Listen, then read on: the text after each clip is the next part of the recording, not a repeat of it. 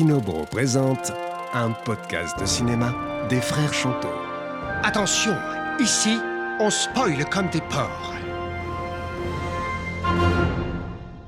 Bonjour et bienvenue dans ce nouvel épisode de Kinobro, le podcast cinéma des frères Chanteau. Je suis Sébastien. Et je suis Nicolas. Et nous allons parler de Bac Nord et Moi Daniel Blake, deux films politiques, avec un point d'interrogation. Donc oui Seb, on a choisi deux films cette fois-ci, parce que on avait un petit peu envie de se frotter à la question de la politique dans le cinéma. Disons qu'on avait envie de parler de ces deux films et on s'est dit que ça pouvait être intéressant parce qu'ils étaient... D'abord, on les a regardés parce qu'on les avait pas vus. On a vu ces deux films, on connaît un petit peu le cinéma de Ken Loach. Et moi je connaissais pas trop le cinéma de Cédric Jiménez, mais ça a été une découverte. Et on en avait beaucoup entendu parler de Bac Nord qui était... Ces deux films-là qui ont eu une présence médiatique, l'un a gagné la Palme d'Or au Festival de Cannes il y a quelques années, Moi Daniel Blake, et Bac Nord a défrayé la chronique à sa sortie... puisqu'il a été repris par des syndicats de policiers et a été projeté durant une sorte de meeting entre des représentants de l'extrême droite et des policiers, quoi. Donc on a décidé de faire ces deux films. Donc Nico, nous allons commencer par le Ken Loach. Donc je vais résumer vite fait l'histoire pour ceux qui ne l'auraient pas vu, même si, bon, comme d'habitude, on conseille à nos auditeurs d'aller voir les films qui sont marqués sur la vignette avant de nous écouter. Alors, pour la première fois de sa vie, Daniel Blake, un menuisier anglais de 59 ans, est contraint de faire appel à l'aide sociale à la suite de problèmes cardiaques. Cependant, bien que son médecin lui ait interdit de travailler, il se voit signifier l'obligation d'une recherche d'emploi sous peine de sanction. Au cours de ses rendez-vous, réguliers au Job Center, l'équivalent de Pôle emploi, Daniel va croiser la route de Rachel, mère célibataire de 2 enfants qui a été contrainte d'accepter un logement à 450 km de chez elle. Donc voilà. Nico, quelle est ta relation au cinéma de Ken Loach ? En fait, c'est vrai que je suis pas un grand, on va dire, aficionado du cinéma de Ken Loach, d'habitude. Je suis pas quelqu'un qui est... je trouve pas ce que je recherche dans le cinéma quand je vois ces films à lui. Je trouve que c'est des films qui sont dans une esthétique qui est très... on va dire axée sur les acteurs, très avec une manière de filmer qui se veut coller au réel. Et... on va dire empreinte d'une forme de didactisme qui, moi, en tant que spectateur, c'est vrai que j'aime pas avoir la sensation qu'on me fasse le travail de réflexion sur un film. On te donne une position en tant que spectateur, en général dans les films de Ken Loach, en tout cas moi c'est ce que j'ai perçu en regardant ces films, où il n'y a pas trop de place à la réflexion, quoi. Où tu te dis, ok, tu condamnes le système capitaliste, t'es pas dans une posture de spectateur qui va t'amener, moi, comme moi je préfère, en tout cas, à me poser des questions sur quel est mon rapport à la société, qu'est-ce que je pense des institutions, qu'est-ce qu'il y a comme problème, en fait, où le film est à décrypter. Je trouve qu'on a l'impression qu'on me dit, en fait, quoi penser en voyant les films de Ken Loach. Et je trouve que c'est quand même, en général, assez problématique. Après, c'est vrai que, honnêtement, j'ai apprécié, moi, Daniel Blake. Oui, alors moi aussi j'ai apprécié Daniel Blake, même si effectivement je partage ton analyse. Globalement, après, à l'adolescence, je pense que j'étais j'étais assez critique du cinéma de Ken Loach parce que c'était un cinéma qui était beaucoup apprécié par les professeurs de cinéma qui nous faisaient cours, parce que c'est un cinéma dit de gauche, avec une conscience militante qui est là, et Ken, avec toute la sympathie que j'ai pour lui, il est dans une optique du coup de faire un cinéma, comme tu dis, assez didactique. Bon, pourquoi pas, après tout, moi je sais que j'ai mis de l'eau dans mon vin là depuis, je pense que son film a des qualités. Alors pourquoi on a apprécié son film ? Parce que il est bien interprété, c'est un comédien de stand-up en fait qui joue le rôle de Daniel Blake. Dans le dispositif filmique, comment il est filmé, moi les critiques que j'avais en fait, c'est que il recherche pas en tout cas une expressivité de son image. Il va filmer à hauteur d'homme, il va enregistrer du coup les ressentis de l'acteur avec, il va passer avec une focale plus serrée s'il veut montrer que l'acteur est... pour filmer le visage de l'acteur, il va isoler le personnage. Il est plutôt d'ailleurs à utiliser des focales assez longues, ce qui est intéressant parce que ça a tendance à éliminer le décor en fait. Ça a tendance à vous pacifier le décor, et on reste fixé sur le sujet, ce qu'on filme, quoi. Là, du coup, c'est comédien. Il y a un parti pris formel, voilà, on est sur des récits humains. Voilà. Et je pense que c'est aussi peut-être une des qualités qu'a son cinéma. Tout à fait, c'est vrai. C'est généralement des portraits de personnes en lutte, et je pense que c'est une des grandes raisons du succès de ces films, quoi. Parce qu'il y a peu de films qui font ça. Bon, là en tout cas, je pense que ce film Daniel Blake, il est assez emblématique, parce qu'il, donc dans le récit, donc comme vous avez entendu, il y a l'idée d'une personne, du coup, donc en plus qui n'a jamais utilisé les aides sociales, mais qui a travaillé toute sa vie. Voilà, donc c'est un prolétaire. C'est un prolétaire. Voilà, il a exemplaire, de bonne volonté, qui va se heurter au système et qui va se heurter du coup aux aberrations et à l'absurdité administrative et inhumaine de ce système. Voilà. Du coup, on peut dire qu'il y a une certaine peut-être cohérence à ce que Ken Loach, dans son dispositif, décide de filmer, de rester sur ses acteurs. Voilà. Mais c'est pas du kéchiche non plus, hein, mais voilà, mais c'est pas des très très gros plans quand je dis c'est pas du kéchiche. Donc on voit un petit peu la banlieue, la banlieue londonienne, pardon. Mais c'est vrai que du coup qu'il ne cherche pas en tout cas à avoir une tension dans son plan autre que celle que l'acteur va impliquer. Son travail de metteur en scène, c'est un travail de rapport à l'acteur, généralement, plus que de construction de séquences. En tout cas, il va pas sortir tout le kit au même titre qu'un Spielberg, que des cinéastes, on va dire, plus hollywoodiens. Alors, c'est marrant parce que Spielberg, justement, je pense que c'est vraiment un exemple typique, voilà, quoi, effectivement. Parce que dans l'idée de sortir sortir tout le matos, sortir tout le kit. Donc il va avoir, on va dire, une esthétique de filmage. Ben, c'est vrai, comme tu dis, il va être au trépied, quoi. Globalement, un Ken Loach, il est au trépied. Je me souviens pas, enfin je sais pas, là tu vois, je l'ai plus en tête, mais est-ce qu'il y a des travelling dans le Ken Loach ? J'aurais tendance à dire qu'il y a de la caméra portée dans pas mal de ces films, mais peut-être des suivis, mais est-ce que, et encore, je suis pas sûr à 100%, j'ai pas revu, j'avoue que c'est des films que j'ai vus il y a une dizaine d'années, quand j'ai un peu essayé d'explorer sa filmographie. Ouais, je me souviens pas en tout cas d'utilisation de travelling ou autre chose, quoi. En tout cas dans ce film-là, voilà, peut-être la seule, on va dire, utilisation stylistique qui, moi, m'a semblé un peu détonné, c'est son utilisation des fondus au noir. Ah oui, c'est vrai. Dans le montage. Il y a eu un moment, il y a une séquence avec des fondus au noir. Je crois que c'est quelque chose qui scanne pas mal le film. Généralement, quand il veut faire une ellipse, il va avoir tendance à donc faire une rupture avec des fondus au noir. On va tout spoiler, hein. Du coup, bon voilà.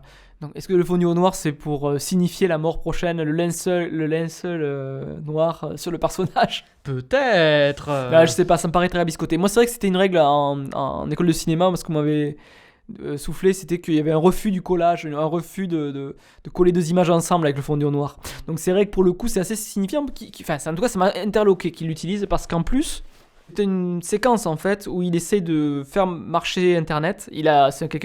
C'est un vieux papy qui sait pas trop se servir des nouvelles technologies. Il n'est pas éduqué en tout cas à Internet, et malgré tout le parcours à l'équivalent de Pôle Emploi, à Job Center là, se fait par Internet. Et du coup, c'est déjà une première entrave, une première aberration, une difficulté en tout cas pour qu'il retrouve un emploi.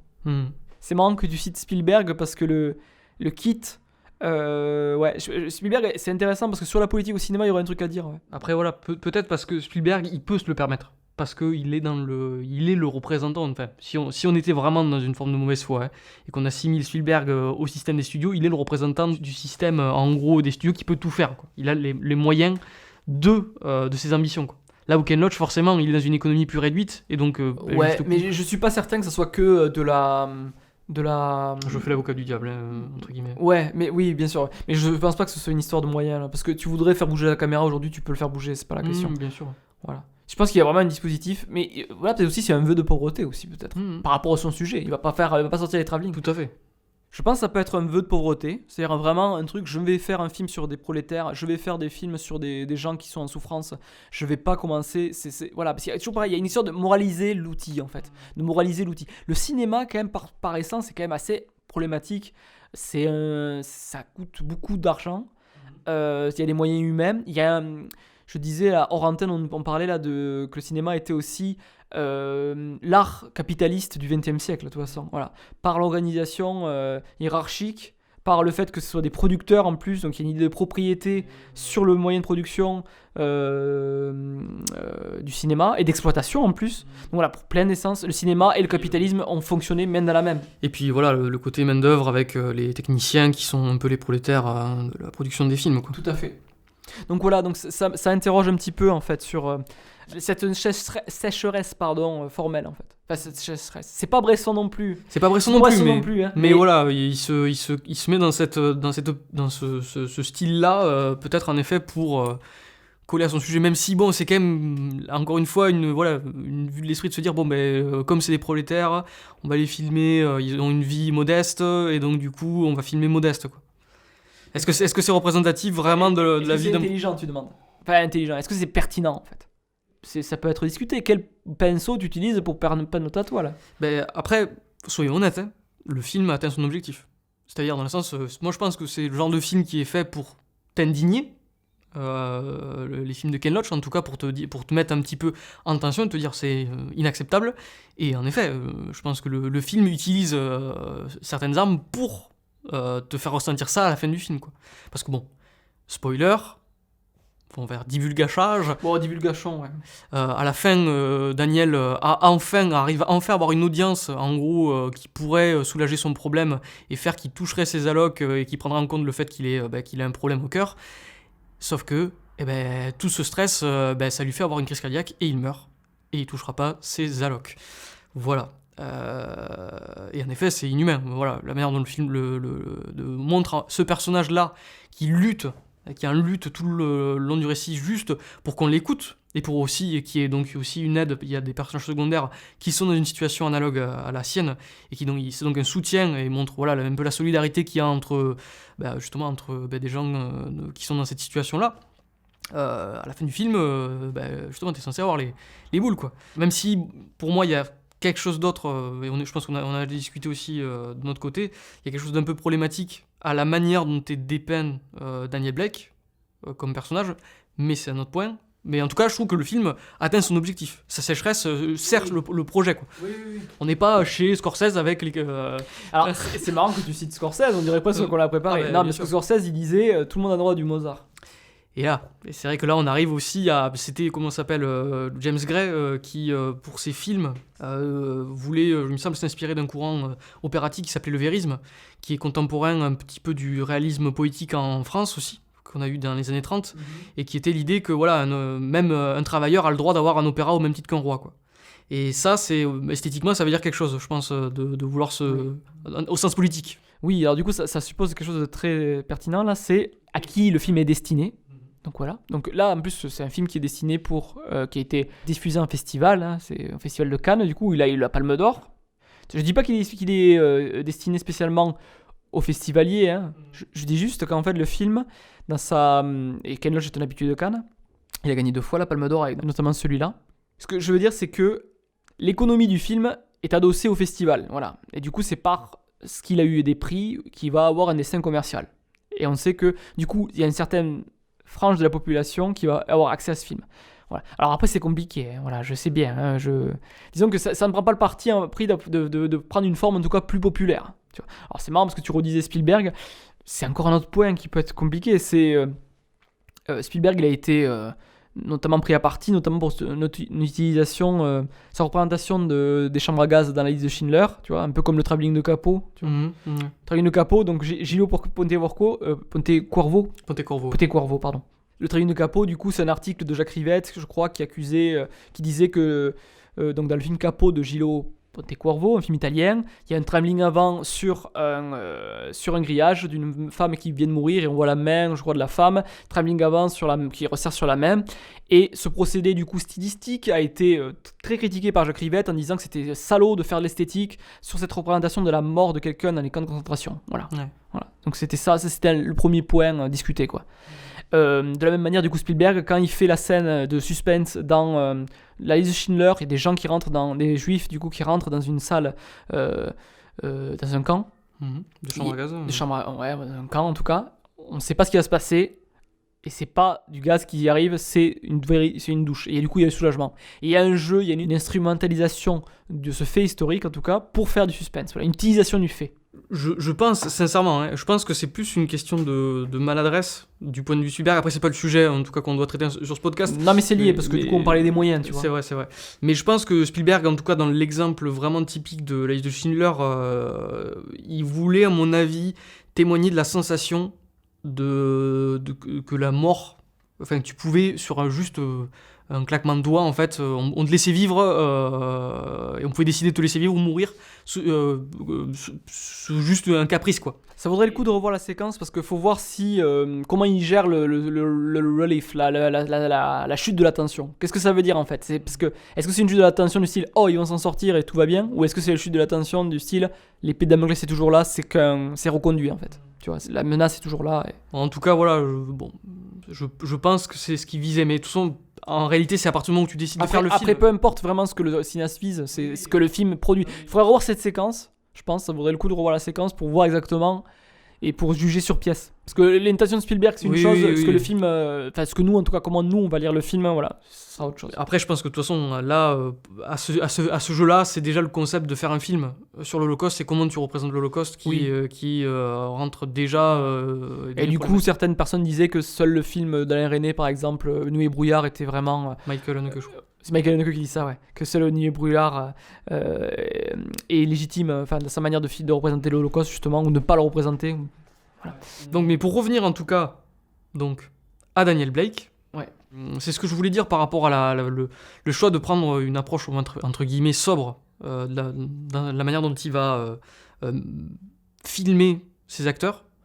C'est quelque part, tu enfermes dans une forme de représentation, tu crées une image, j'ai envie de dire presque d'épinal de la pauvreté en étant toujours dans ce régime de pas de mouvement, image désaturée, donc au plus proche du réel, quoi. On parle de films qui veulent une émancipation politique de ce type de personnes, mais qui au final les enferment dans un régime d'image qui est toujours les pauvres, c'est triste, ce genre de choses, quoi. Oui, tout à fait, ouais. Parce qu'après, l'autre versant, en fait, du côté prolo, là, je vois, malheureusement, on n'a pas vu les films, mais il y a les tuches en France, tu vois. Les prolos, la représentation des prolétaires, voilà, quoi. J'ai pas vu le film d'Olivier Barou, je suppose qu'il y a un peu plus de moyens mis en scène, en tout cas. Ça veut pas dire que c'est mieux, hein. Et encore une fois, voilà, quand je dis moyen, ça veut pas dire que c'est forcément mieux que ce que fait Ken Loach. La question, en tout cas, c'est juste de pas être naïf, en fait, par rapport au réel, en fait, parce que le réel, la question du cinéaste, en fait, c'est la question de comment il va se positionner par rapport au réel. Ken Loach, pour moi, il y a un petit truc qui fonctionne pas tout à fait, enfin, qui me gêne un petit peu, du moins, c'est que il a un scénario très écrit, et on va en parler après, qui va dans un sens, de manière en plus inextricable. Il n'hésite pas à mettre les potards à fond. C'est-à-dire que c'est pas vraiment le réel, en fait. C'est didactique, ça va dans un sens. Voilà. C'est une interprétation du réel. Et ça me gêne pas. Mais quitte à faire une interprétation du réel avec ton scénario, tu peux aussi interpréter le réel avec ta mise en scène.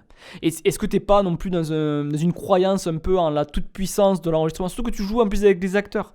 Si encore, tu vois, voilà. Si encore c'était des non-comédiens, peut-être qu'il y en a dans le je crois qu'il doit y en avoir des gens qui sont pas comédiens, mais en tout cas voilà, sur son personnage principal, pour le coup c'est un comédien, voilà, faut voir encore une fois le pacte de lecture et ne pas être dans moi je suis pas dans la croyance dans le réel, hein. Enfin, le réel, le cinéaste veut vraiment toujours se poser la question comment il se positionne par rapport au réel, et ça sent que comment il se positionne par rapport à l'illusion aussi, et par rapport à sa vérité à lui en tant que cinéaste, c'est sa subjectivité à lui en tant que cinéaste. Voilà, donc c'est vraiment plusieurs potards, plusieurs distances qu'il faut mesurer quand on filme et quand on fait un film. Voilà, Ken Loach, je pense que ses moyens ne sont pas, à mon avis, si forts. En tout cas, le film fonctionne, je trouve. Mais en tout cas, il est critiquable sur certains aspects. Moi, c'est surtout ça que je voudrais revenir. Après, pour revenir vite fait sur les tuches, peut-être la différence par rapport à ce que je voulais dire, c'est que les tuches, c'est une comédie. Oui. Donc on peut s'attendre à une forme d'exubérance. Moi ce que je dis, on peut filmer tu vois, un film par exemple comme le film de Romain Gavras. Il y a des éléments comiques dans Daniel Blake, mais oui, les tuches sont une espèce de satire. C'est une satire où tu les gars, c'est bien parce qu'on parle d'un film qu'on n'a pas vu là, c'est pas cool. Mais... C'est vrai. Mais dans l'absolu, en plus j'ai l'impression, peut-être que je me trompe, j'ai l'impression que les tuches se placent dans, enfin je le vois le film du coup, hein. Les tuches se placent concrètement dans l'héritage en fait peut-être du Splendide, des bourgeois qui font des films sur des prolos en se moquant d'eux. Encore une fois, là, on peut totalement nous attaquer, on n'a pas vu le film. Mais c'est vrai que ça donne ces impressions-là. Il faudra qu'on confirme, ça vaudrait peut-être le coup qu'on le regarde. Ça vaudrait le coup de le voir, en effet. Bah, vas-y, je t'en prie, reprends. Mais voilà, par exemple, le film de Romain Gavras qu'on avait vu sur... comment ça s'appelle ?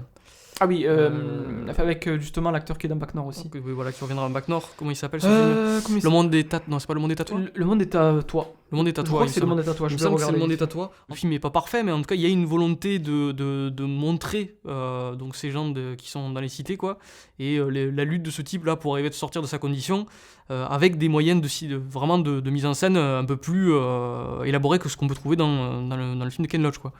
Oui, et qui sont peut-être plus représentatifs des tourments peut-être intérieur aussi du personnage, de ses conflits. Mais oui, si tu veux, mais alors, bon, là encore, on vient de Here comes a new challenger, parce que là, on vient de foutre un autre film. Name dropping, le podcast. Le Monde des Tatouages, c'est un film dont l'enjeu est autour d'une arnaque, de drogue et compagnie. C'est pas du tout le même film, ça n'a pas la volonté politique, du moins. Bon, on va y venir, spoiler alerte. La politique, elle s'invite partout, surtout quand on ne l'invite pas. Hein. En tout cas, c'est que ça qu'on va défendre dans notre podcast. Ken Loach, du coup, lui, il fait les films dans un créneau qui va être lu comme politique et comme social. Voilà. Le film social, ça va être l'idée qu'on va parler de la société, et on va parler de l'organisation sociale, des structures de la société et comment elles impactent l'individu.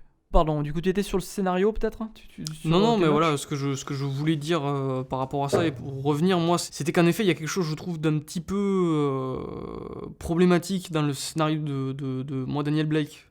Surtout la manière dont le film tente de justement provoquer la fameuse indignation dont je parlais un peu plus tôt dans le podcast.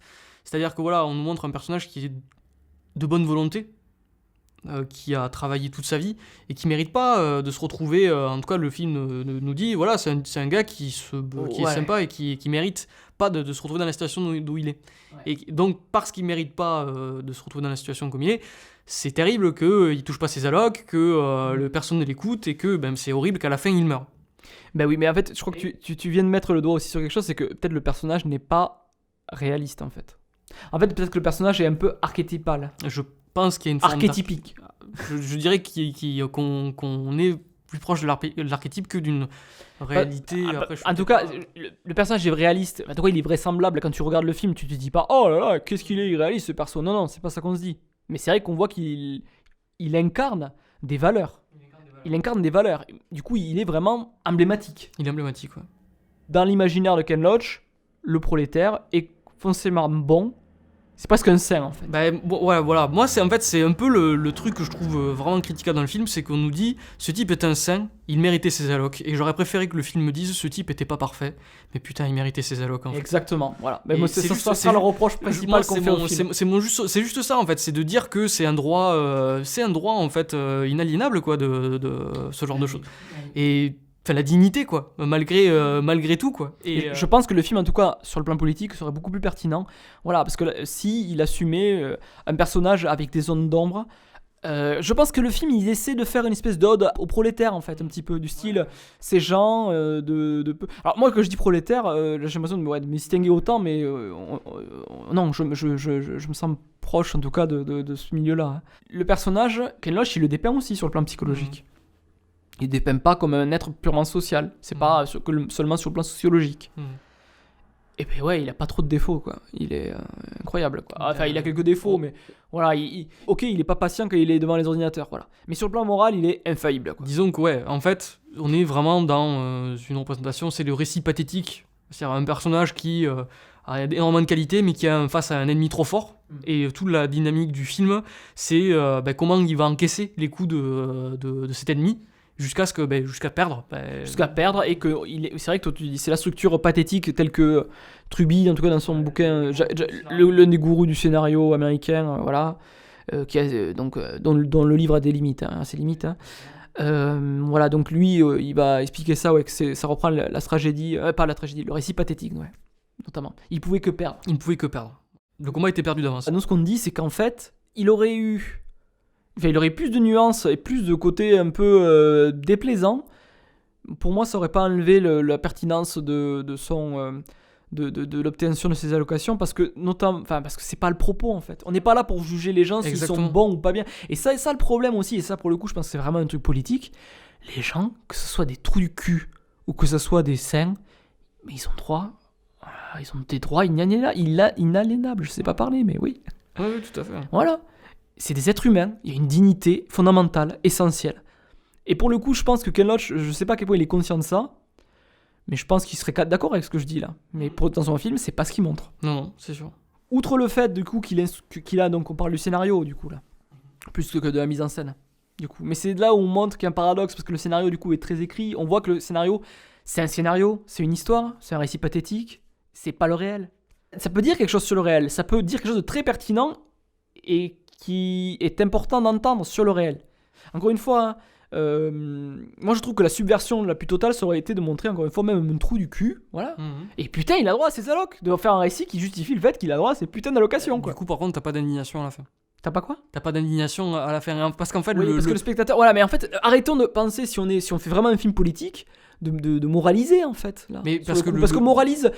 Après, voilà, c'est un truc aussi. Le politique, c'est de croire que. La droite surtout, en tout cas. Le récit de droite, c'est de croire que tu vas te déterminer par la force du libre arbitre. Voilà, tu peux toujours faire quelque chose. C'est la volonté qui peut faire quelque chose ou quoi. Mais il y a d'autres déterminations dans la société. Et on n'est pas tous maîtres non plus de nos déterminations. Et déjà, en plus, bon, alors, vu qu'on psychologise à mort, l'inconscient, c'est une détermination peut-être que t'as pas choisie. Tu vois. Donc, à quel point t'es déterminé par la société, à quel point t'es déterminé par des forces extérieures à toi. Un récit comme ça qui va dire, qui va pas, prendre en compte ça, ouais, je pense qu'il joue contre son camp un peu. Bah, si tu rondes les ficelles, oui. Parce que là, au final, ce qu'il en reste, c'est. Il cherche à te persuader, quoi. Il cherche à te persuader, plus qu'à au final, à te convaincre. Après, c'est peut-être une stratégie que Ken Loach a Mais peut-être concrètement mûri. Peut-être oui, qu'il s'est dit, ok, le seul moyen de leur parler, c'est con, et parce que je fais du cinéma comme... Alors voilà, ça, je fais du cinéma, j'essaie de divertir. Du coup, le seul moyen pour que les gens entendent mon propos, et je pense que les gens, ils sont révoltés à la sortie, parce qu'ils le voient. Voilà, ils se disent pas, le gars était trop gentil, non. Même si inconsciemment, peut-être qu'ils peuvent se le dire. Moi, je reproche, voilà, là, sur la démonstration, il manque pour moi, elle est pas tout à fait parfaite, cette démonstration. Voilà. Mais pour le coup, j'ai envie de dire, bon, Ken, ok, sur ça, je veux bien. Pourquoi tu fais pas un peu de cinéma du coup? Alors là c'est par provocation que je dis ça, mais disons que qu'est-ce qui justifie le fait de pas utiliser l'image un peu plus que ce que tu fais en fait? Parce qu'en fait dans ton rapport au réel t'es déjà un peu biaisé. Voilà. Bon après encore une fois là on pourrait me rétorquer des choses et à juste titre. C'est un goût voilà. Après moi j'ai apprécié ce film hein, malgré tout, même la simplicité parce qu'il y a une modestie qui moi m'a plu parce que ça met plus en valeur les personnages ou quoi. Mais je considère aussi que peut-être que si on veut si on fait attention, le cinéma peut être plus riche que ça. En tout cas, parfois, je trouve qu'il s'ampute de certains moyens, mais pas de moyens financiers, hein, mais des moyens même d'expression, en fait, tout simplement. Il s'en impute. Et je suis pas sûr que son expression soit si riche, dans l'absolu. Mais je pense qu'en plus, c'était un bon Ken Loach, là, tu vois. Donc voilà, mais c'est plus, là, je discute plus de l'idée du cinéma de Ken Loach que du film à lui-même, on va dire. Hein, voilà. Oui, après, voilà, je vais peut-être aussi jouer la provoque, hein, mais peut-être que... c'est peut-être parce que la cible de ce type de film, c'est un certain public bourgeois qui va aller au cinoche, se mater un petit Ken Loach, se laver un peu la conscience en disant c'est vrai que c'est indigné, oh là là, c'est vrai que c'est terrible, et puis rentrer chez eux, bon voilà, ils ont fait l'expérience de la modestie, ils peuvent revenir après au fast. Voilà. Donc ce serait très... Après voilà, il est clair qu'un film de Scorsese, foi. comme on disait, Scorsese il dit tout le monde rêve du Mozart, certes, mais un film de Scorsese, la machinerie que ça déploie, ça coûte une blinde, c'est pas les mêmes budgets. Et est-ce que c'est moral? Et la question se pose, en effet. Après, est-ce qu'un film de Scorsese sera peut-être plus vu que Ken Loach? En fait, c'est ça qui est terrible, c'est que la moralité, quand on essaie de la prendre dans l'absolu, on peut toujours rationaliser et elle n'a pas de fin en fait. Tu peux pas dire est-ce que la fin justifie les moyens. Je crois que, alors là pour le coup, je crois que j'ai mes limites de connaissances. Je crois qu'il y avait un philosophe là qui partait du principe qu'il fallait je sais plus qui c'était.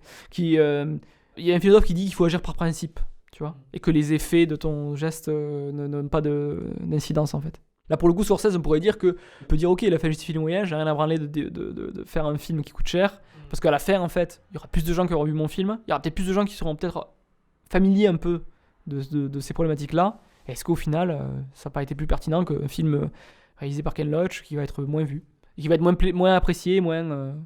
Voilà. Après, encore une fois, là, je fais une espèce de comparaison qui est... il y a de la mauvaise foi, parce que je prends du principe qu'un film de Scorsese va être forcément plus apprécié. C'est pas le cas. En plus, Scorsese, c'est déjà aussi de l'art et d'essai. Si on prend du côté maintenant que le cinéma, il y a d'un côté Marvel. Voilà. Là, on parle de cinéma, on parle pas Des films qui sont dans les salles d'exploitation en ce moment. Bon, bref, voilà. Je sais pas, ça pose des questions en tout cas. Ouais. J'ai pas de réponse. Bah après, ça revient juste aussi à la question, est-ce que... mais bon, je schématise énormément, hein, est-ce que ton film est un tract ou pas, quoi. Ouais, déjà, voilà. Bon, moi, le problème des tracts, ouais, ça me pose problème un peu. Au-delà de parler de la mise en scène, moi, je parle du scénario, tu vois. Le scénario, donc c'est un art aussi. Je sais que on peut critiquer le scénario, on peut dire oui, maintenant le scénario a pris la main surtout avec les séries et du coup le scénario, au final le cinéma c'est pas que ça, et c'est vrai, le cinéma c'est pas que ça. Mais bon, là vous voyez, j'ai déjà mis de la nuance. Il dirait le cinéma c'est pas ça, et du coup on peut dire les cinéastes disaient qu'ils faisaient des films contre les scénarios, et c'est vrai, il y a des grands films qui ont été tournés contre leur scénario parce que le scénario était pas génial, mais en fait, dans la manière de raconter, les moyens mis en œuvre, le découpage, les choix de prise de vue, le montage, les choix de mise en scène du réalisateur ou de la réalisatrice font que le scénario est secondaire et en fait le film est extraordinaire. Ça se peut, ça arrive. Donc voilà, mais du coup, admettons ça, mais il se trouve quand même que le scénario ça peut être aussi un art. Et je pense pour le coup, l'art du scénario de Ken Loach, le périmètre qui se choisit, c'est un scénario quand même assez didactique. Il ne va pas... Pour le coup, il fait l'économie du réel sur certains aspects. C'est-à-dire qu'il va pas intégrer de la complexité, en fait. Voilà, exactement. La démonstration va être implacable. Comme, là je fais une parenthèse, comme un de mes vieux ennemis, même si bon, encore une fois, voilà, j'ai mis de l'eau dans mon vin pour tout le monde. Hein. Lars von Trier, qui va faire des scénarios très didactiques aussi, à d'autres fins que celle de Ken Loach. Mais pour le coup, voilà, il y a un message, il y a une volonté de démontrer quelque chose, il y a un tract militant, et hop, on va vraiment instrumentaliser la dramaturgie pour y arriver. Sauf que je pense que les films, les récits en plus les plus intéressants, c'est quand on arrive à articuler la dramaturgie avec des éléments de complexité, des éléments de vraisemblance, de réel et compagnie. Ça c'est le reproche que je fais peut-être un peu à ce type de cinéma-là. Après il faut de tout. Hein. Il faut tout évidemment. Après voilà, moi c'est sûr qu'en termes de... Je préfère que les gens arrivent à se façonner leur propre entre guillemets réponse vis-à-vis d'un problème, même si évidemment je pense que des films comme ceux de Sidney Lumet, un grand cinéaste de gauche du cinéma américain des années 70-80, qui essayait justement d'embrasser la complexité du monde, je trouve, plus qu'un Ken Loach, et qui faisait des films politiques, pour moi, correspond plus, je trouve, à un idéal de cinéma que ça, où en gros, on est un peu dans quelque part des produits, au final. On revient sur le Ken Loach qui te dit quoi penser de tel problème. En fait, oui, tout à fait. Il te dit quoi penser. Du coup, c'est la question de la place du spectateur, en fait. Voilà, parce qu'on parlait de Spielberg aussi. Spielberg et d'autres, c'est des héritiers d'Hitchcock, en fait. C'est des héritiers de la direction du spectateur, en fait. C'est ça qu'il disait. Il disait Hitchcock, je dirige le spectateur. Et du coup, c'est plus du côté de l'illusion. Si on schématise un petit peu, il y a d'un côté les gens qui vont être la méthode Piala, le naturalisme et compagnie, plus d'un côté d'essayer de capter de la réalité, de capter des performances d'acteurs, souvent, hein, c'est ça hein, qui font surtout. Hein. Mais pas que. Capter Keshish même. Voilà. Donc, et de l'autre côté, des gens qui vont donc qui vont être du côté de l'illusion et qui vont essayer de raconter quelque chose. Voilà. Ken Loach, en fait, le truc, c'est que là où je pointe, j'ai une petite contradiction peut-être. C'est qu'il est dans la volonté de raconter quelque chose. Il est dans un récit, mais il va pas aller au bout de son truc. Et du coup, pour moi, il est à mi-chemin, et du coup, je suis là. C'est pas mal, l'idée est pas mal. Mais ça manque de sel, quoi. Ça manque de relief, ça manque de trucs. Et du coup, bon, Spielberg, tu sais très bien qu'il va te raconter quelque chose qui va aller à fond dans un truc. Mais je le trouve plus cohérent, en tout cas parfois, que l'ami Ken, sur ça. Après, le film, encore une fois, moi je l'ai apprécié. Hein. Là, c'est vrai qu'on fait un procès à charge un petit peu du Ken Loach. On revient un petit peu sur des procédés esthétiques qui, moi personnellement, m'ont toujours un petit peu gêné dans les films de Ken Loach. Parce que, en effet, comme tu dis, je sympathise avec les idées qui sont défendues. Est-ce que c'est un militant ou un artiste ? C'est ça la grande distinction en fait avec Ken Loach. Si c'est un militant, tous les coups sont permis. Sa morale, c'est il faut que mes idées triomphent. Et moi, je suis pas en train de critiquer ça. Bien sûr. Je comprends. Hein. Franchement, des fois, tous les coups sont permis, on y va. Si un artiste, dans ma conception de ce qu'est un artiste, a une valeur, a une éthique en fait, qui va dire non, tous les coups sont peut-être pas permis. J'ai des principes qui gouvernent mon truc. Et peut-être que pour le coup, voilà, peut-être que son principe c'est je tourne au trépied. C'est ça, son principe. Voilà. Moi, j'interroge un peu la pertinence de ça, mais voilà. Parce que c'est vrai qu'à l'opposé, il y a Bac Nord. Avant de passer sur Bac Nord, redire que c'est vrai que là, on a fait une espèce de procès de Ken Loach, mais plutôt aussi de ses suppôts. C'est-à-dire que toute une école du cinéma social qui va reprendre certains procédés sans trop les interroger. Après, voilà, l'important, c'est d'être conscient de ses moyens. C'est ça. Moi, je suis pas contre utiliser des scènes de la. Enfin, je suis pas du tout contre ce type de mise en scène. Hein. Voilà, je suis pas du tout contre. Même je sais même pas. Moi, je me pose des questions. Hein. Je sais pas ce qu'il faut faire. Hein. Comment filmer les choses ou quoi. Voilà quoi. Mais pour le coup, là, on sait que oui, Ken Loach. Il a cette manière de faire. C'est pas entièrement innocent, entre guillemets. Mais du coup, c'est vrai qu'on critique peut-être. Moi-même, je crois que c'est plus son scénario finalement que je critique. Oui, qu'on aurait tendance à critiquer. Même si, voilà, sa mise en scène, maintenant j'ai un peu fait la paix avec, je peux l'accepter, c'est une simplicité, tout ça que tu veux, voilà. Mais c'est vrai que c'est plus son scénario, ouais, du coup.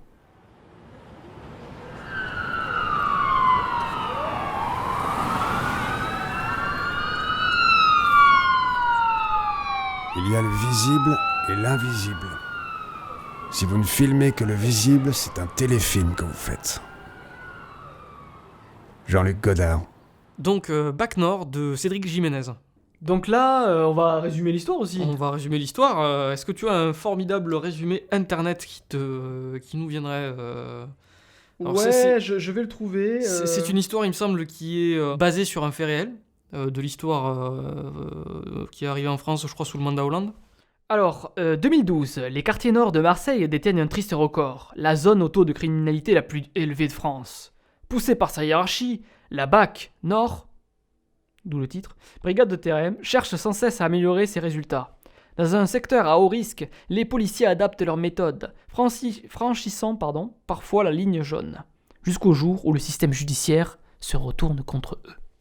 Donc Bac Nord, Seb, est-ce que tu as un sentiment déjà qui te revient c'est un film qui a beaucoup fait parler. J'ai pas passé un mauvais moment. Je sais que je l'ai peut-être un peu plus apprécié que toi, mais attends, voilà. Outre les réserves qu'on va avoir et toutes les questions politiques qu'il y aura derrière, il y a la volonté de faire un film un polar urbain, on va dire. Ouais. On avait vu aussi il n'y a pas si longtemps Les Misérables.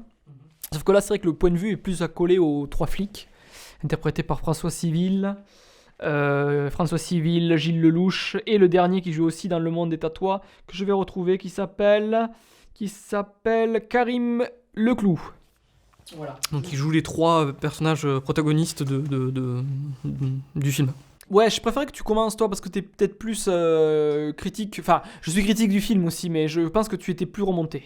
Je t'ai plus remonté, non, mais disons que, bon voilà, c'est un film qui, justement, le réalisateur s'est défendu, mais bon, ça c'est autre chose. Il s'est défendu d'avoir voulu réaliser un film politique. Ah. Ce qui est quand même un comble, sachant quand même que, bon, c'est inspiré d'un fait réel. Ouais, enfin, là, Cédric, je pense qu'il voulait faire un film politique. Mais ça, je reviendrai, je pense qu'en fait, il y avait un propos politique derrière son film. Il y a des choses qu'il n'a pas maîtrisées trop. Bon, on en reparle. Non, mais après, voilà, c'est sûr qu'il y a une forme d'efficacité dans le film. Dans le filmage, voilà, il y a des scènes d'action qui sont... Il y a une scène... C'est quoi le dispositif filmique? Enfin, en schématisant, parce que là, on fait pas tout le film. Pour le coup, il se sert un peu plus du kit, si on voulait être... il se sert un peu plus du kit. Il sert un peu plus du kit. C'est-à-dire qu'il va avoir... Est-ce que c'est mieux, du coup? Est-ce que c'est mieux de se servir du kit? Est-ce que c'est mieux de se servir du kit? Ça, c'est une... Parfois, les 6 morts, hein. Il faut avoir, je dirais, un point de vue sur comment tu filmes les choses. Moi, c'est surtout ça. C'est-à-dire que si tu pars du principe, je vais faire un film de divertissement, donc ça va bastonner, et il y aura de la musique et tout, et il y aura des travelling et des séquences qui seront tendues et tout. Je pense que c'était plus une œuvre qui s'emparait d'un problème, d'un sujet, d'un fait divers pour revenir et justement questionner les institutions que un film qui se voulait en effet, comme tu dis, entièrement politique. Après, je pense sincèrement que, comme tu dis, il y a énormément de maladresse dans le film et qui maîtrisait pas tout à fait tous les effets de sens. Moi, je dis au sens... Oui, sur les effets de sens. Sur les effets de sens. Je dis pas sur la manière de filmer. Non, la manière de filmer, voilà. Je pense que c'est un bon artisan. C'est un bon artisan, voilà. Il y a pas j'ai pas eu en tout cas une sensation qui maîtrisait pas son découpage sur les scènes d'action. Il y a une gestion de la spatialisation qui était plutôt bien, qui était bien réussie. Après, voilà, c'est plus en effet sur des choix esthétiques de comment il va. Tu vas revenir sur la musique, toi. Sur la musique, en tout cas, voilà, oui, je dirais, je trouve qu'il y a une esthétique du cool dans le film, un petit peu, qui, moi, me gêne pour ce type de personnage. Après, Alors, est-ce que c'est parce que le père Cédric, avec tout le respect que je lui dois, ne se serait-il pas frotté au canon scorsésien ? C'est probable, ça m'étonnerait pas. Est-ce que ça vaudrait pas le coup d'interroger un peu ce petit canon scorsésien ? Qu'est-ce que c'est le canon scorsésien dans les films de mafia ? Eh bien écoute, Sébastien, dites-nous, nous avons ouvert nos oreilles, qu'est-ce qui nous mitonne, ce cher ami Martine ? Eh ben non, mais disons que Scorsese, en fait, donc dans les films qui sont le plus connus et pour lequel il est le plus connu, donc si je pense à Goodfellas, Les Affranchis ou Mean Street, ou bon, il a fait le Loup de Wall Street aussi, Ouais, qu'on sur peut le mettre même- dedans. même modèle, Bon, ouais. bref, c'est espèce de canon. Le canon scorsésien, il n'est pas tout à fait dans le canon scorsésien parce que il y a pas de la voix off n'est pas par exemple aussi primordiale que celle de Scorsese. Mais déjà parce que aussi la voix off, en fait, ça donne un effet de distanciation qu'a le personnage sur les événements, et qui dit distanciation dit peut-être parfois aussi ironie. Et en fait, Scorsese, il fait des satires. Il est dans la satire. Chose que Cédric Jiménez n'est pas dans la satire. Il reprend le canon scorsésien avec du ralenti parfois sur des choses comme ça. Mais pourquoi pas après tout, tu vois, de partir sur cette forme et essayer de la triturer. Il est pas dans le commentaire, là où... Il est pas dans, voilà, Scorsese, il est énormément dans le commentaire et il est, même si Scorsese il joue sur comment dire, il est ambivalent en fait par rapport aux figures qu'il convoque. Il assume le côté ouais, je les trouve cool, ces gangsters. La violence me fascine, leur violence La violence me fascine, mais c'est un peu des gros blaireaux quand même. Et il le sait et il le montre. Et du coup, qu'est-ce qu'on a dit tout à l'heure ? C'est pas un peu de la complexité là quand même ? Et qu'il y a un peu un petit problème quand il y a deux éléments contradictoires qui s'articulent ensemble mais sans s'annihiler l'un l'autre, c'est peut-être un peu de la complexité et c'est peut-être un peu du réel. Et le problème là du coup avec ce que fait Jiménez, putain je vais avoir du mal, j'avais de l'appeler Jiménez. Je sais pas pourquoi on a envie qu'il vienne un petit peu du Non sud. mais en plus je le fais avec tout le respect que j'ai pour le bonhomme. Bien sûr. Mais voilà, c'est vrai que pour moi, il y a justement, je n'ai pas senti le commentaire. J'ai pas le senti. Pour moi, c'est un film qui nous présente les trois flics comme des victimes, où on est exclusivement de leur point de vue. Oui, il y a pas de distanciation. Il y a pas de distanciation, il y a pas de recul critique. Il y a pas de recul critique. C'est des, on va dire, c'est des plutôt bons flics. Alors on me dira. Moi je suis pas tout à fait d'accord. On me dira, ok. Mais moi je trouve que justement dans le filmage il y a un truc qui est quand même problématique. Alors là je te rejoins un peu. Alors en fait, bon, pour remettre, je crois qu'on parle de la même chose. Au début du film, on les voit commettre un certain nombre d'écarts. Attention, ils taxent des clopes. Voilà, ils taxent des clopes. Ouais, mais ils s'arrangent un petit peu avec la loi. Ils s'arrangent un petit peu avec la loi. Après, chose qu'on voyait aussi dans l'autre film, donc Les Misérables de Lajli. Ouais. Voilà. Moi, c'est un des trucs aussi que je vais reprocher un peu au film, c'est que Lajli, le film aussi, on pourrait en discuter. Je suis pas, comment dire, je pourrais avoir des choses à dire dessus, mais il intègre le point de vue des gens, des habitants des banlieues, chose qu'intègre difficilement le film de Cédric Jiménez, j'ai du mal. En fait, Jiménez. Jiménez, non mais tu vas l'appeler Jiménez jusqu'à la fin, donc Cédric Jiménez. Cédric, je vais l'appeler Cédric. Cédric, voilà. Si, Moi je vais pas écorcher son nom. En fait, pour moi, c'est la même stratégie que Ken Loach. C'est-à-dire que c'est un film qui, à la fin, veut que tu t'indignes. Parce qu'on est encore une fois sur, j'ai presque envie de dire un récit pathétique, en fait, sur ce type de structure.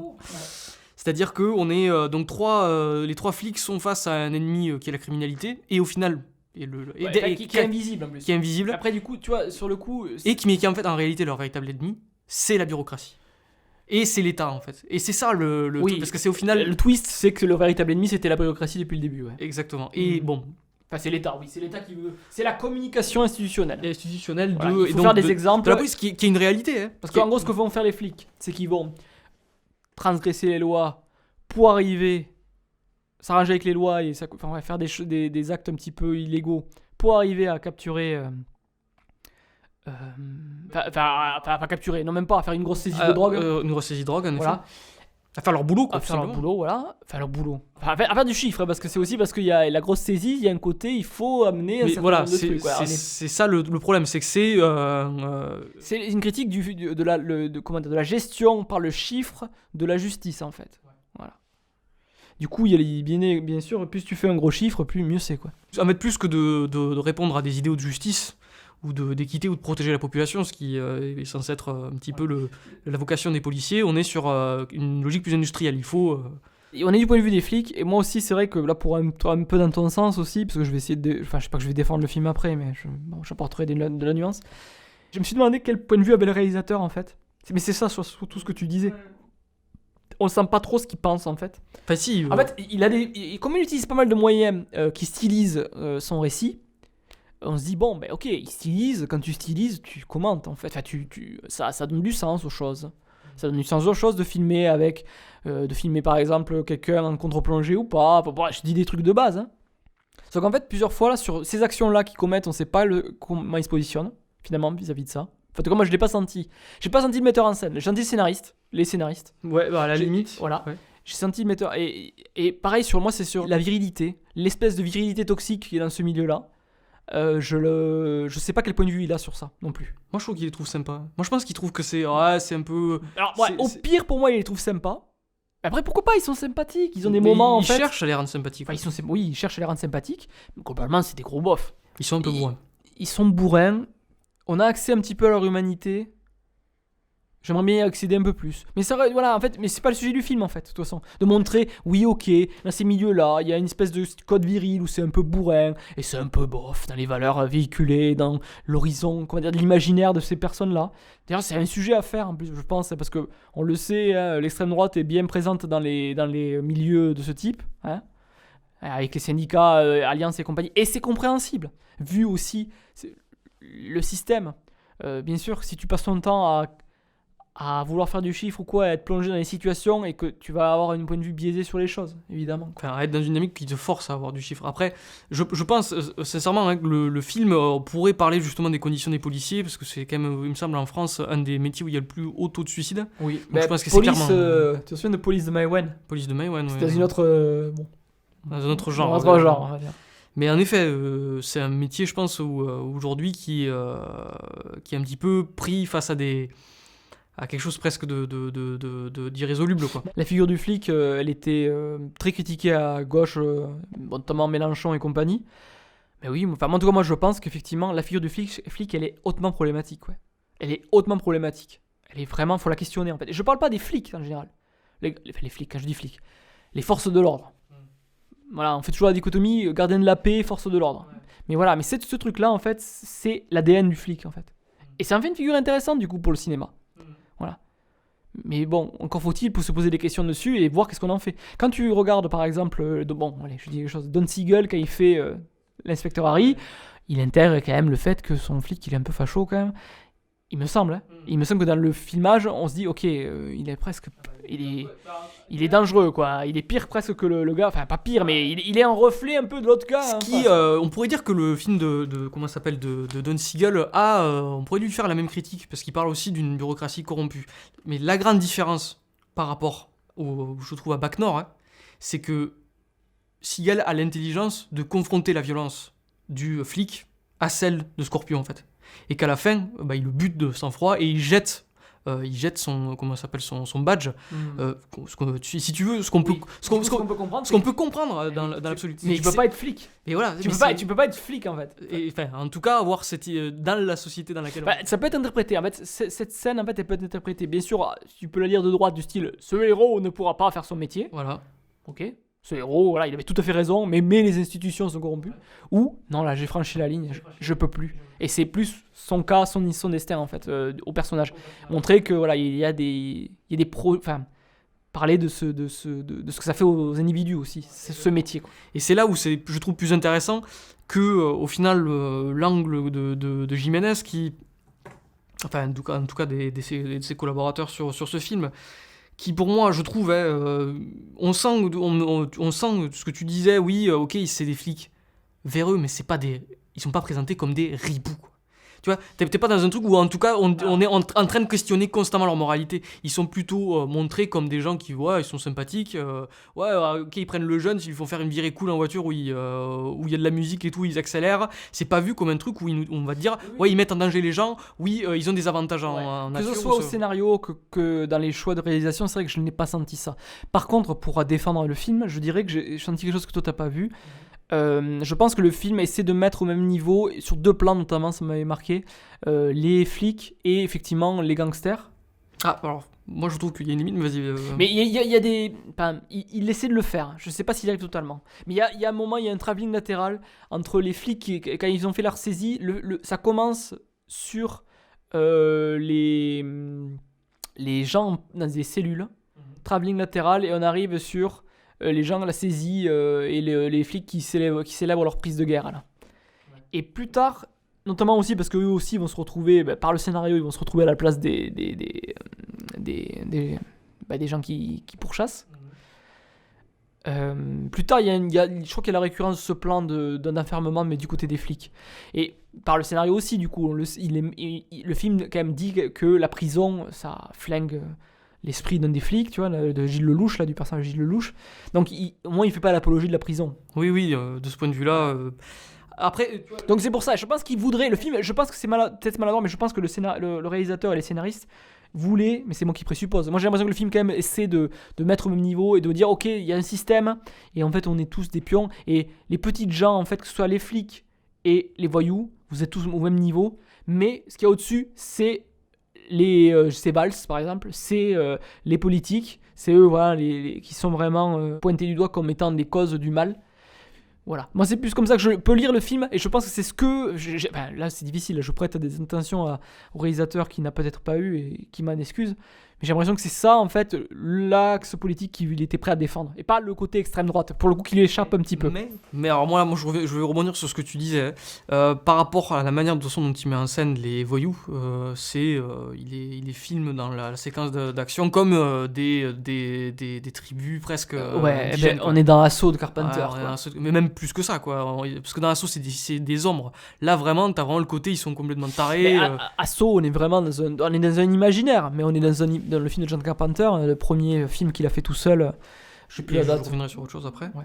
Excuse-moi. Ouais. Juste pour dire, oui, Assaut, on est dans des. Là où pour moi Assaut c'est réussi, c'est qu'on est déjà. Je pense que le film dialogue plus avec le cinéma, Rio Bravo et compagnie, les références de Carpenter, et dans un imaginaire certes anxiogène. Non, voilà, pour moi, donc déjà, la manière dont il filme, les gens des cités, bon voilà, t'as un peu un truc de, c'est des gros sauvages, quoi. Et je trouve que là, pour le coup, c'est pas exactement le même dispositif de filmage que les flics. Mais alors que dans Les Misérables de l'HD, on avait quand même le point de vue, voilà, je le redis. Là, on a que le point de vue des flics, quoi. Et on nous amène à souvent sentir leur impuissance à eux. Oui. Aussi. Et je pense aussi par rapport à la prison, en effet, peut-être que c'est ce qu'il voulait dire, mais on n'est pas tant sur les mécanismes de la prison qui te broie un individu que la sensation de ne pas être à ta place. Oui. Oui, je suis d'accord. Qui font que le gars il devient fou parce qu'il n'est pas à sa place. Et c'est ça, moi, qui me. C'est ce que le film. Après, voilà, je reconnais la limite. Je suis d'accord avec toi. Voilà, je voulais le. Et après, je vois ce que tu veux dire. Mais c'est maladroit, encore une fois. C'est parce que, voilà, il travaille pas, il va pas au bout de peut-être de ce qu'il a en germe, là, ce qu'il aurait voulu. Et aussi, surtout, il se défend du coup l'imaginaire qu'il travaille, du coup, est un imaginaire quand même. Oui, il voulait faire un film d'action. Et ouais, il veut faire un film d'action. Écoute, dans les banlieues, écoute, oui, évidemment que là, t'es dans le fantasme d'extrême droite complet, quoi. Voilà, quoi. C'est sûr. Et puis, moi, un dernier truc, voilà, disons que tu vois, justement, je trouve que l'inspecteur Harry, c'est un bon exemple, c'est qu'il a l'intelligence de filmer le personnage de Harry avec ses limites, ce qui fait que, globalement, son point de vue, même si on peut dire, ok, il y a un problème dans la police aujourd'hui, Harry n'est pas Callan n'est pas le sauveur, il est une excroissance de la violence au même titre que Scorpio, quoi. Tout à fait, ouais. Là, on est quand même un truc où, à la fin, on nous présente 3 êtres qui s'en sont plus ou moins sortis. Il y en a un qui est brisé, en effet, qui est le personnage de Lelouch, quoi, qui finit en mode en position latérale de sécurité sur le sol à la fin. Limite, il est derrière je crois, des fenêtres. J'ai pensé de suite à une croix, moi, en voyant le film. Limite, on nous mettait en mode c'est le Christ, quoi. Oui, la figure sacrificielle, ouais. Mais après ça aussi, je sais pas à quel point il est conscient de convoquer ce type de truc. Parce que ça aussi, c'est un truc de l'imagerie d'extrême droite. Enfin, de revenir à la famille et aux valeurs catholiques, quoi. Mais ce que je voulais dire, c'est que voilà, c'est quand même justement un axe politique de dire ok, les sociétés sont corrompues, c'est la hiérarchie qu'il faut détruire parce que c'est là où l'injustice se niche vraiment, en fait. Oui, voilà, t'as tout résumé, ouais. Et pour moi, voilà, et tu peux pas Même si t'as quelque chose à dire en tant que cinéaste. Moi je dis oui, tu vois, je veux pas qu'on dise des choses, je veux pas intimer au spectateur ce qu'il doit penser, il faut le questionner, tu vois. Il faut le questionner, il faut l'interpeller, quoi. Il faut être justement ce que disait un certain critique, le caillou dans la chaussure, quoi. Je trouve que c'est plus intéressant. Après, il faut pas être naïf au point de se dire, moi ce que je fais c'est juste un divertissement. Donc j'ai pas à questionner les figures que je convoque, j'ai pas à questionner l'imagerie, je vais juste dire ce que j'ai... je pense là pour le coup il s'est retrouvé un peu piégé, je pense que... Je sais pas comment il a été conseillé, mais je pense qu'il a été conscient quand même de faire un truc politique, c'est pas possible. Mais je me pose des questions parce que quand même je me dis c'est pas possible. Moi, c'est pas possible de pas être au courant de ça en faisant un film comme ça. J'avais vu, je crois, il avait été diffusé à Cannes, il me semble, ce film, ou en tout cas un festival. J'avais vu une table de rencontre entre les journalistes et l'équipe du film, et il y avait un journaliste en anglais qui m'interpellait en disant non mais vous êtes sûr que là, à quelques mois de l'élection, c'est, je veux dire, vous allez jouer le jeu de l'extrême droite, quoi, en faisant ça, quoi, en faisant ce film, parce que là, moi je suis anglais, je connais pas le truc français. Oui, mais après c'est toujours pareil quand tu choisis de représenter. Tu fais un choix en tant que cinéaste de t'intéresser à quelque chose, c'est politique. Mais en fait, voilà, le point de vue. En fait, c'est juste la question du point de vue. Tu regardes quelque chose. Comment tu regardes ces flics Pour pas tomber dans le tract, entre guillemets, en effet, t'es obligé de prendre... tu dois prendre l'humain qu'il y a derrière, quoi. Mais justement, c'est donc... et pas juste dire, ouais, c'est bon, ils taxent des clopes, quoi. Tu vois, est-ce qu'ils méritent d'être... parce que c'est ça, en fait, ce qu'on leur... le grand, on va dire... parce que tout ce qu'ils font, toute la grande entreprise qu'ils font est légitimée par le récit. Ils collectent du shit pour payer un informateur qui va leur donner la possibilité de faire ce grand coup de filet. Donc là, on est vraiment dans le truc de la fin justifie les moyens, le pragmatisme. Hein. Mais au final, comme action répréhensible, on nous dit juste, ok, ils taxaient des clopes. Et ils vont être enfermés, et ils vont être... ce qui est répréhensible, hein, on est d'accord, hein, mais ils vont être enfermés, leur réputation va être... Ils vont être même considérés comme coupables d'un crime, d'être des trafiquants, quoi, en gros, globalement. Du coup, c'est vrai que pour moi, oui, là, il y a quand même un choix. Il y a un choix, ouais. Si c'est pas un choix, en tout cas, une maladresse cosmique, hein, pour le coup. En fait, ce qui est terrible, c'est que je pense qu'il voulait faire un film... j'ai l'impression que le réalisateur voulait faire un film de flics contre les voyous, comme des cow-boys contre les Indiens. Et c'est compliqué parce que quand tu décides de te placer dans le genre, tu importes la politique malgré toi aussi. Sauf si tu es conscient des codes. Mais là, pour le coup, j'ai l'impression qu'il était pas tout à fait conscient. Et qu'il s'est retrouvé piégé un petit peu. J'ai l'impression, hein. J'aurais tendance à dire la même chose. Hein. J'aurais tendance à peu près à dire la même chose. Pour moi, on peut pas juste se cacher en disant c'est juste un film de divertissement, en fait. C'est des œuvres qui sont, malgré tout, même si tu as un rapport instinctif aux choses, c'est des œuvres qui sont pensées. Le fait de placer la caméra à un endroit, c'est déjà choisir quelque chose, quoi. Oui, tout à fait. Donc il n'y a pas de dire ah ouais, mais donc c'est pas politique, non. Bah après, voilà, que l'envie est louable, surtout dans le contexte français. Je pense qu'effectivement, je sais que le prochain film qu'il a fait, en plus, on verra comment il le gère, mais c'est sur les attentats du 13 novembre. D'accord, ok. Donc j'espère que... Ah ben là, j'attends de voir. Je vous assure, je voulais pas faire un film politique. Ah ouais, tu m'étonnes, ouais. Compliqué, hein. Est-ce que Nico, on a quelque chose encore à raconter ? Bah écoute, la question c'est de se dire, faire un film politique ou faire un film pas politique, est-ce que la question se pose vraiment ? Bon, on avait compris qu'en gros la politique elle est partout. Je propose en fait qu'on refasse des podcasts peut-être sur le thème de la politique, on pourra peut-être enchaîner dessus, je sais pas, il y a des trucs... Parce qu'on n'a pas parlé par exemple de... Par exemple tu vois, on a cité Gillo Pontecorvo, c'est intéressant parce qu'il a fait un film aussi qui est ouvertement politique, La bataille d'Alger. Oui. Et voilà, il y a le contexte de diffusion, hein, bien sûr, quand... Justement, et qui pour le coup, moi je trouve un film d'action, au même titre que Wagner, oui. Sauf qu'il fait le choix de s'intéresser du coup plus du côté de la résistance algérienne face aux armées, à la force française, quoi. Voilà, et du coup évidemment que c'était politique, mais c'est parce que le point de vue, voilà, c'est action du point de vue. Tu t'intéresses aux flics, ok, qu'est-ce que tu fais sur ce point de vue ? Voilà, ce que je voulais dire aussi, peut-être comme conclusion, c'était que comme on l'a dit, du coup, on ne peut pas échapper à la politique. Tout récit est politique et la politique se nourrit des récits. Le récit libéral en est un, le récit écologiste en est un autre, le récit le marxisme est un récit. Hein, voilà. Donc maintenant, voilà, faisons attention à ce qu'on choisit de raconter et assumons aussi ce qu'on veut faire. Après, avoir un point de vue sur quelque chose, ça veut pas dire qu'on ne peut pas essayer d'articuler la complexité. Et un objet d'art, justement, je pense qu'on peut dépasser l'aspect tract politique qu'a Ken Loach, parfois dans ses films, pardon, je mets nuance, ou Lars von Trier dans son côté très aussi bourrin, didactique, par la dramaturgie, par l'art en fait. L'art en fait, il est, pour moi en tout cas, l'idée que j'ai de l'art, il peut être interprété, il peut être lu, c'est pas une opération mathématique. Du coup, en dépeignant l'objet de manière suffisamment complexe, on peut montrer tous ses contours. Et du coup, il peut... C'est pour ça qu'aussi que, bon, là, le film, il est évidemment récupéré par l'extrême droite. Mais bon, peut-être que... Comme l'inspecteur Harry aussi, peut-être aussi, a été récupéré à certains niveaux. Enfin, récupéré, il a été critiqué. Je pense qu'en réalité, après, le film pouvait justement avait suffisamment de cartouches pour que tu puisses pas le réduire, en fait. Encore faut-il le regarder, quoi. Voilà, encore faut-il le regarder. Voilà. Mais tu peux récupérer des figures comme ça. C'est que de la même manière que Scarface, par exemple, tu vois, est devenu une icône contre-culturelle, plutôt du côté gangsta et compagnie, voilà, quoi. Alors que le film est se veut anticapitaliste. Mais rien que de représenter la chose aussi... Bah tu peux aussi la rendre plaisante. Après voilà, moi je reviendrai sur ce que tu disais sur le western. Le western c'est un genre cinématographique, mais rien que le fait d'avoir voulu et d'avoir raconté la conquête de l'Ouest du point de vue des cow-boys en fait. Oui, c'est un récit politique parce qu'on ne parle pas du tout du point de vue des Indiens qui étaient là d'abord entre guillemets, qui ont vu leur peuple se faire massacrer. Donc enfin voilà, c'est pas juste, c'est un western.